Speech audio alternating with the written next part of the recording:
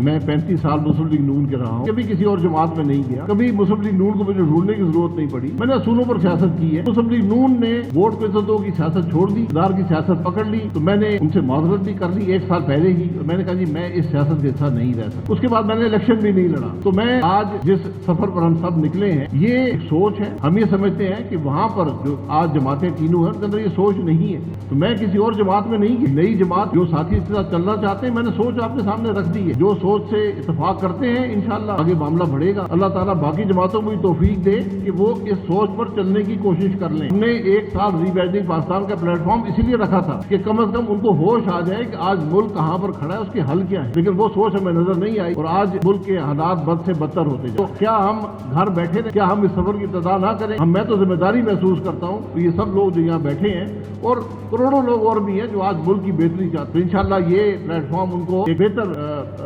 سفر پر لے کر چلے. نورین جنجوا, جیو نیوز, اسلام آباد سے.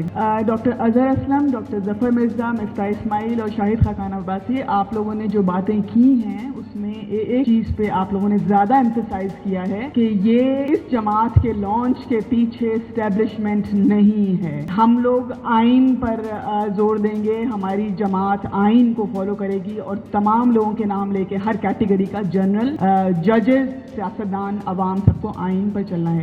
ڈاکٹر ظفر مرزا, میں نے casually I threw that question at you, I am terribly sorry for that. لیکن آپ لوگوں کی تقریروں سے یہ ظاہر ہوا کہ آپ لوگ ہاں جی جواب مجھے مل گیا. Thank you so much and I am really happy for that, really happy to listen. Pakistani عوام اس وقت سب سے زیادہ اسٹیبلشمنٹ سے تنگ ہے. پاکستانی عوام اس وقت سب سے زیادہ اشرافیہ سے تنگ ہے. پاکستانی عوام اس وقت عوام کی سیاست دیکھنا چاہتی ہے. لیکن اس وقت سوال میرا یہ ہے کہ پولیٹیکل انسٹیبلٹی, اکنامک انسٹیبلٹی اتنی شدید ہے, آپ لوگ کیسے, کس ہوپ کے ساتھ آئے ہیں؟ کیا دیں گے عوام کو, کیسے دیں گے عوام کو, کیا سسٹم ہوگا؟ گزارش یہ ہے کہ ہم نے آپ کی اکثر باتوں کا جواب ہم دے چکے ہیں. ہم کسی بھی, میں ذاتی طور پر ہم میں سے کوئی بھی شاید کسی بھی غیر جمہوری عمل کا حصہ نہیں رہا اور نہ ہی ہمارا یہ فیصلہ ہے کہ ہم کسی غیر جمہوری عمل کا حصہ بنیں گے. ہم اقتدار, ہر قیمت پر اقتدار نہیں چاہتے, لیکن ملک میں کچھ لوگ تو ہونے چاہیے جو حق کی بات کر سکیں, ملک کے مسائل کی بات کر سکیں. میں نے تو آپ کے سامنے بات رکھی ہے کہ آج ہر جماعت کسی نہ کسی حکومت میں اقتدار میں ہے. کیا انہوں نے یہ بجٹ سیشن, یہ موقع ہوتا ہے کہ اپنی پالیسی ملک کے سامنے رکھیں؟ کسی نے ملک کے مسائل کی بات کی؟ صرف بات ہی کر دیتے, حل تو دور کی بات ہے. یہ وہی پرانی روایتی سیاست, وہی بجٹ کو آگے پیچھے کر دینا,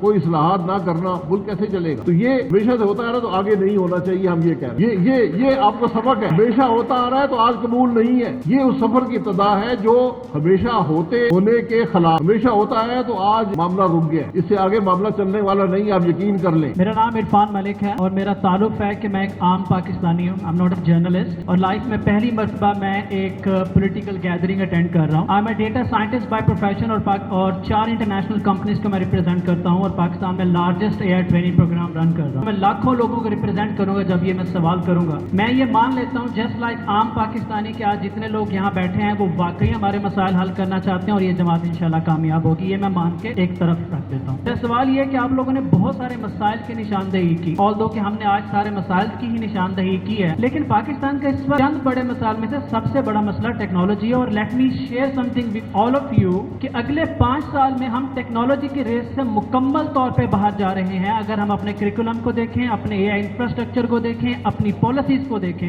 آپ 5 ہفتوں میں اپنا منشور, اپنا سارا پلان بنا کے ہمارے سامنے رکھنے جا رہے ہیں. تو میرا سوال یہ ہے کہ آپ کی پارٹی میں وہ کون ہے جو اس پوری ٹیکنیکل سٹرکچر کو سمجھتا ہے, وہ اس کی پالیسی 5 ہفتے میں ہی بنا لے گا؟ اور میں یہ کیسے یقین کروں یا سمجھوں یا خود کو یا اپنے اسٹوڈنٹس کو تسلی دوں کہ 5 سال میں جب ہم ریس سے باہر جائیں گے اس سے پہلے یہ پارٹی آ کے ہمیں سنبھال لے گی؟ وہ مجھے سمجھ نہیں آ رہا بالکل. جی پلیز اگر آپ مجھے گائیڈ کر سکیں. دیکھیے عرفان صاحب, میں آپ کو مشکور ہوں. آپ کو جان کر خوشی ہوگی کہ یہاں پر جو لوگ بیٹھے ہیں ان کی شاید ایک بڑی تعداد اگر اکثریت نہیں ہے جو پہلے کبھی کسی پولیٹیکل فنکشن میں نہیں گئے. یہ پہلا ان کا پولیٹیکل فنکشن ہے. اس لیے کچھ جو ہماری باتیں ہیں وہ اپیل کیا انہوں نے لوگوں کو. آپ کی بات بالکل درست ہے. یہ آپ نے صرف ایک شعبے کا ذکر کیا, ہم زندگی کے ہر شعبے میں پیچھے رہ گئے. تو میں نے یہ کہا کہ آج ہمارے حکمرانوں کو ان باتوں کی فکر ہی نہیں ہے. کم از کم ایک جماعت ہے جو ایک حد تک آپ کو سولوشنز دے گی. مسائل حل کرنے کا جو ڈیٹیل پلان ہوتا ہے وہ ایکسپرٹس بناتے ہیں, لیکن جو پولیٹیکل لوگ ہوتے ہیں وہ اس کی نشاندہی کرتے ہیں, اس پر کمٹمنٹ کا اظہار کرتے ہیں اور پھر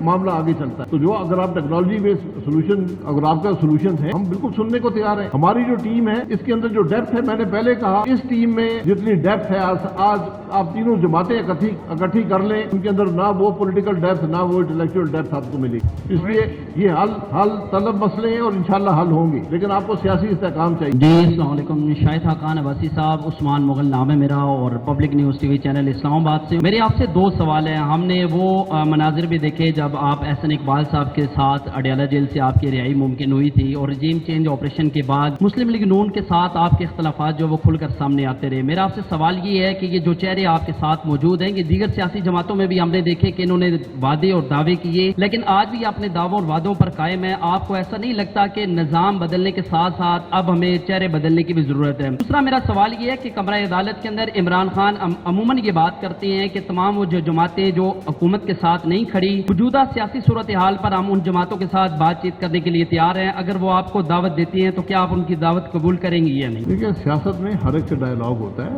آج میں تو سب سے بڑا ایڈوکیٹ ہوں کہ آج اس ملک کو سیاسی پولیٹیکل لیڈرز کو آج ڈائلاگ کی ضرورت ہے. یہ اپنی کرسی کو علیحدہ رکھیں، اپنی شکایات کو ایک طرف رکھیں اور اس ملک کے آگے چلنے کے راستے کا تعین کریں. میرا کوئی اختلاف مسلم لیگ نون سے نہیں ہے، بالکل کوئی نہ ذاتی اختلاف ہے نہ مجھے کچھ چاہیے مسلم لیگ نون سے. میں نے تو ایک سیدھی بات کی ہے کہ میں اس سیاست کے ساتھ نہیں چل سکتا جس کا انتخاب اب مسلم لیگ نون نے کیا. میں ووٹ کو عزت دو کی سیاست کے ساتھ چل سکتا ہوں، اس سیاست کے ساتھ نہیں چل سکتا. یہ مجھ میں خامی سمجھ لیں جو مرضی سمجھ. باقی سیاست ملک کو سیاسی لیڈر ہی لے کر آگے جاتے ہیں، لیکن سیاسی لیڈروں میں کیپیسٹی بھی چاہیے، سیاسی لیڈروں میں سوچ چاہیے. آج اس سوچ کا فقدان ہے. آج سیاست نفرت میں بدل گئی ہے، دشمنی میں بدل گئی ہے. پارلیمان پچھلے 6 سال سے صرف گالی گلوچ کا مرکز ہے. وہاں پر کوئی عوام کی بات نہیں ہوتی، مسائل کی حل کی بات نہیں ہوتی. یہ ہماری بدنصیبی ہے.